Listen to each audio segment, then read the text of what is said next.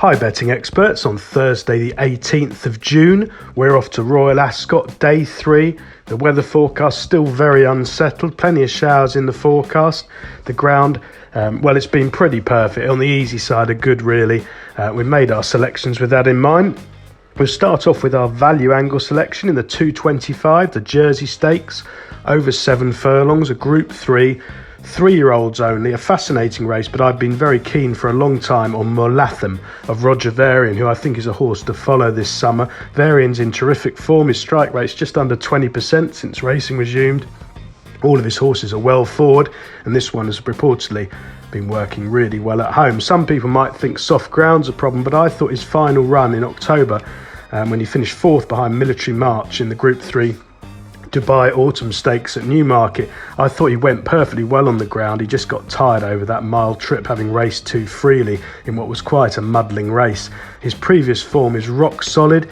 He's won 2 of his 4 career starts so far, winning at York on fast ground in August and following up in a listed contest at Doncaster in September. If you watch that run back, he was back down to even money favouritism and was ridden with supreme confidence from last to first by Jim Crowley there, quickening up smartly to beat Wichita and Berlin Tango and the fifth home Tomfrey. Well, all 3 of those horses have franked the form at a higher level already this summer, either in the frame or winning. It's very good form, and Molatham is supposedly strengthened up over the winter months and is spot on for this return with Jim Crowley booked again. I think he'll take an awful lot of beating with the drop back to 7 furlongs expected to suit. For our nap of the day, we go to the 150. This is the Wolferston Stakes, a listed contest over nearly a mile 2 for 4-year-olds and upwards. And here I really like Sir Michael Scout's Regal Reality, who I think around about 4 or 5 to 1 on the exchanges is an extremely fair price to make a winning seasonal reappearance. Now, this 5-year-old gelding has won 3 from 11 in his career so far. You have to ignore his final start in October on soft ground here when well beaten behind Magical. I thought he went off too hard that day and wasn't quite the company there. That was a red hot Group 1. Previous efforts were creditable throughout the whole summer at the highest level, finishing 5th behind Japan in the Juddmonte, winning earlier in the season at Sandown in the Brigadier Gerard Stakes of Group 3, storming clear on good ground there under Moore. Again, all of Sir Michael's are well forward, and I think this one represents a class above most of these rivals. The main danger could come from Fox Tal, who's likely to be favourite. Andrew Balding, another, absolutely flying, and this one should have a lot more upside as well. Been off for 8 months, but fitness not expected to be an issue at all there, and reportedly working well and well readied for this seasonal debut. Thursday kicks off with the Golden Gates Handicap for 3-year-olds only over 1 mile 2, and here I think Charlie Appleby's Global Storm will take all the beating.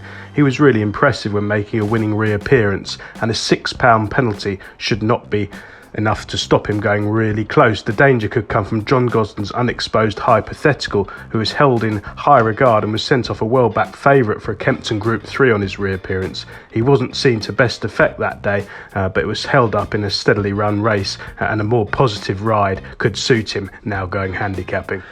Moving on to the Chesham, race number 4, and this is a pretty open heat as well, a listed contest, 7 furlongs for 2-year-olds only. The one I've liked for some time in this is Charlie Appleby's Modern News.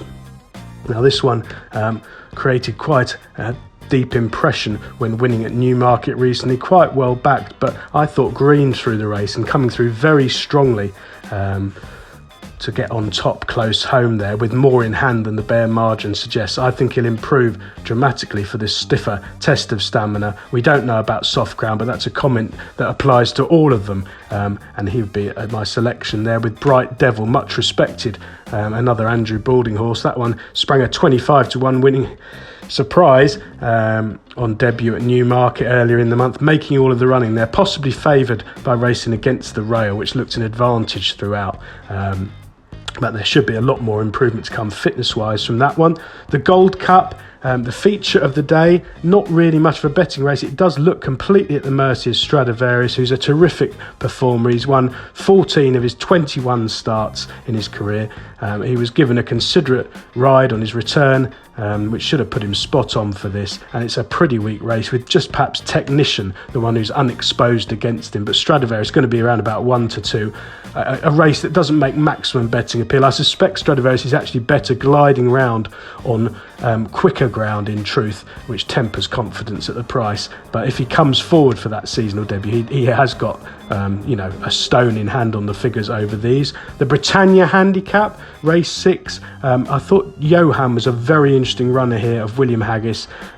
He won so impressively at Newbury last week. It was a really true run race. The ground at ease there, so rain that falls would be in his favour. He quickened up smartly.